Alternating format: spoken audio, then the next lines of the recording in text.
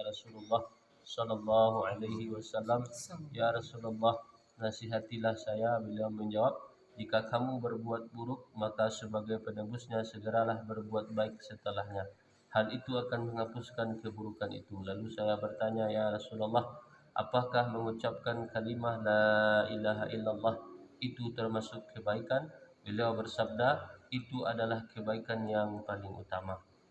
Ulangi dari Sayyidina Abu Dzar radhiyallahu anhu, ia bertanya kepada baginda Rasulullah sallallahu alaihi wasallam, "Ya Rasulullah, nasihatilah saya." Beliau menjawab, "Jika kamu berbuat buruk, maka sebagai penebusnya segeralah berbuat baik setelahnya.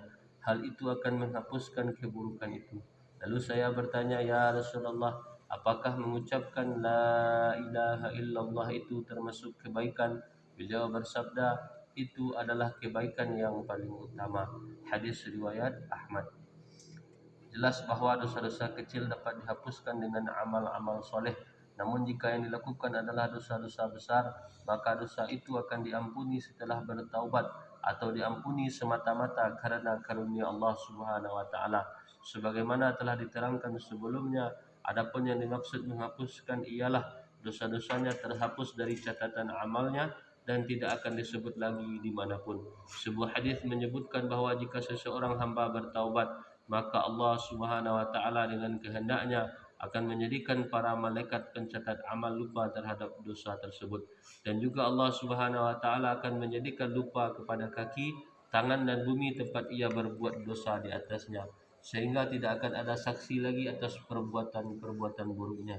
Yang dimaksud saksi di sini ialah persaksian kaki, tangan atau bagian tubuh manusia yang lain dan juga bumi tempat ia beramal atas perbuatan baik atau buruknya pada hari kiamat.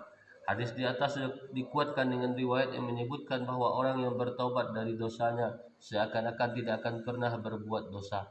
Banyak hadis yang menyatakan demikian dengan lafaz yang berbeda-beda. Yang disebut taubat adalah perasaan sangat menyesal dan malu atas dosa yang telah ia lakukan dan berniat dengan sungguh-sungguh untuk tidak berbuat dosa itu lagi. Ini jika dosa-dosa tersebut hanya berhubungan dengan Allah Subhanahu wa taala. Tetapi jika dosa tersebut ada kaitannya dengan hak hamba-hamba Allah, maka harus meminta kehalalannya dan menyelesaikannya sesuai dengan aturan syariat. Baginda Rasulullah sallallahu alaihi wasallam bersabda, "Sembahlah Allah Subhanahu wa taala dan jangan menyekutukan Allah dengan siapapun.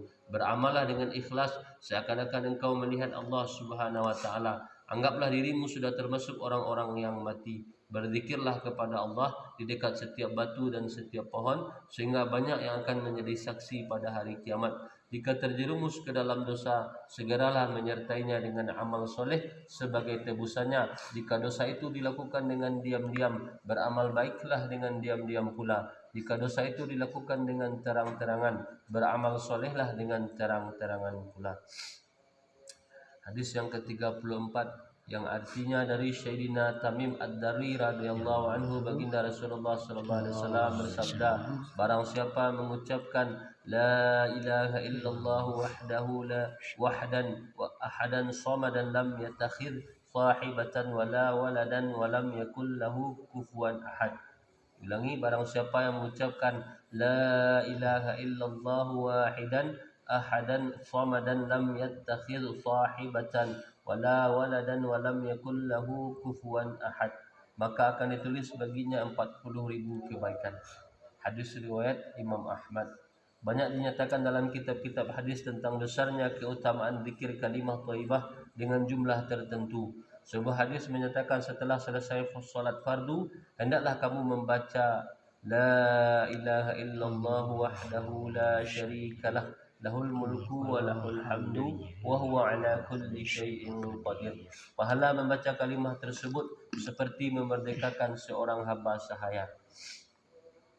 Hadis dari Sayyidina Abdullah bin Abi Aufah radhiyallahu anhu, baginda Nabi sallallahu alaihi wasallam beliau bersabda, "Barang siapa membaca la ilaha illallah wahdahu la syarikalah ahadan samadan lam yalid wa lam yulad wa lam yakul lahu kufuwan ahad, maka Allah Subhanahu wa taala akan menulis baginya 2 juta kebaikan." Hadis riwayat Tabarani dari kitab At-Targhib.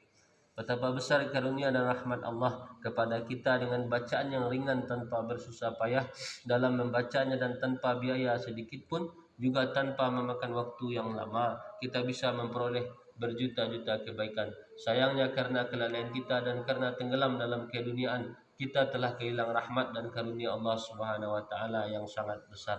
Allah Subhanahu wa taala akan melipat gandakan pahala bagi setiap amal kebaikan paling sedikit 10 kali lipat dengan syarat ikhlas. Setelah itu pahala akan dilipat gandakan sesuai dengan tingkatan keikhlasan. Baginda Rasulullah sallallahu alaihi wasallam beliau bersabda, setelah seseorang itu memeluk Islam, maka dosa-dosanya ketika masih kafir akan diampuni. Setelah itu barulah amalnya akan dihisab. Untuk setiap kebaikannya akan dilipat gandakan dari mulai 10 kali lipat hingga 700 kali lipat, bahkan berlipat-lipat ganda tanpa batas menurut kehendak Allah Subhanahu wa taala. Jika ia berbuat keburukan, maka ditulis baginya satu dosa. Jika Allah Subhanahu wa taala mengampuninya, maka dosa itu tidak ditulis. Hadis lain menyebutkan, jika seseorang hamba berniat akan berbuat baik, maka ditulis baginya satu kebaikan. Jika ia mengamalkannya, dituliskan baginya 10 kali lipat sampai 700 kali lipat pahala, bahkan berlipat ganda tanpa batas menurut kehendak Allah. Masih banyak hadis lain yang semakna dengan hadis-hadis ini. Dengan hadis-hadis di atas dan hadis-hadis yang semakna diketahui bahwa anugerah Allah Ta'ala tidak terbatas. Namun adakah orang yang mau mengambilnya? Inilah yang dipandang para kekasih Allah Subhanahu wa taala, sehingga dunia yang demikian gemerlap tidak dapat menggoda mereka. Baginda Nabi sallallahu alaihi wasallam bersabda, ada 6 jenis amalan dan 4 jenis manusia. 2 amalan yang memastikan, 2 amalan yang balasannya setimpal, 1 amalan yang berpahala 10 kali lipat, dan 1 amalan yang berpahala 700 kali lipat. 2 amalan yang memastikan adalah barang siapa meninggal dunia tanpa melakukan syirik atau menyekutukan Allah terhadap apapun, maka pasti ia suatu saat akan masuk surga. Yang kedua, barang siapa meninggal dunia dalam keadaan syirik, maka pasti ia akan masuk neraka selama-lamanya. 2 amalan yang balasannya setimpal ialah, yang pertama, barang siapa berniat berbuat kebaikan tetapi belum mengamalkannya, maka baginya 1 pahala. Yang kedua, barang siapa berbuat 1 dosa, akan ditulis baginya 1 dosa. 1 amalan yang berpahala 10 kali lipat ialah barang siapa berniat berbuat kebaikan dan ia mengamalkannya, maka baginya pahala 10 kali lipat.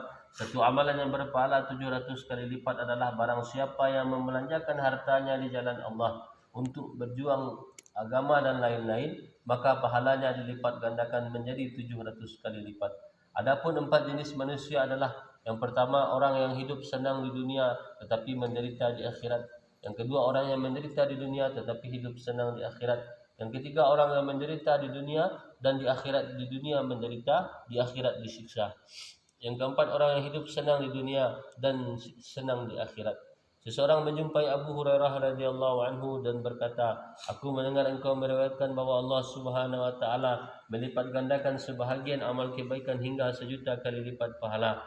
Lalu Abu Hurairah menjawab, apa yang engkau herankan? Demi Allah, aku telah mendengarnya demikian dari Nabi sallallahu alaihi wasallam, bahwa aku mendengar baginda Rasulullah bersabda, ada sebagian kebaikan yang pahalanya dilipat gandakan menjadi 2 juta kali lipat. Allah Subhanahu wa taala sendiri berfirman, yudha'ifha wa yu'ti min ladunhu ajran 'aziman. Allah melipat gandakan pahala itu dan memberi pahala yang besar dari sisinya. Jika Allah Subhanahu wa taala sendiri menyebutnya sebagai pahala besar, siapa yang mampu menghitungnya? Imam Ghazali rahmatullah alaihi berkata, pahala yang demikian besar ini akan didapatkan jika ketika mengucapkan kalimat tersebut disertai dengan merenungkan maknanya, sebab di dalamnya terdapat sifat-sifat Allah Subhanahu wa taala yang sangat penting. Alhamdulillah, kita telah dengarkan beberapa firman Allah dan juga hadis-hadis Rasulullah SAW tentang keutamaan zikir kalimah thayyibah. Insyaallah apa yang kita baca tadi, yang kita dengar tadi, kita bisa amal dan juga sampaikan. Tutup dengan doa kifaratul majlis. Subhanallahi wa bihamdihi, subhanakallahumma wa bihamdika, asyhadu an la ilaha illa anta, astaghfiruka wa atubu ilaik.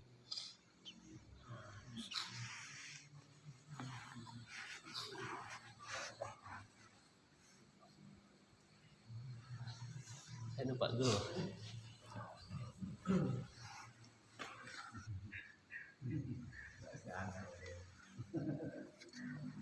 Alhamdulillah.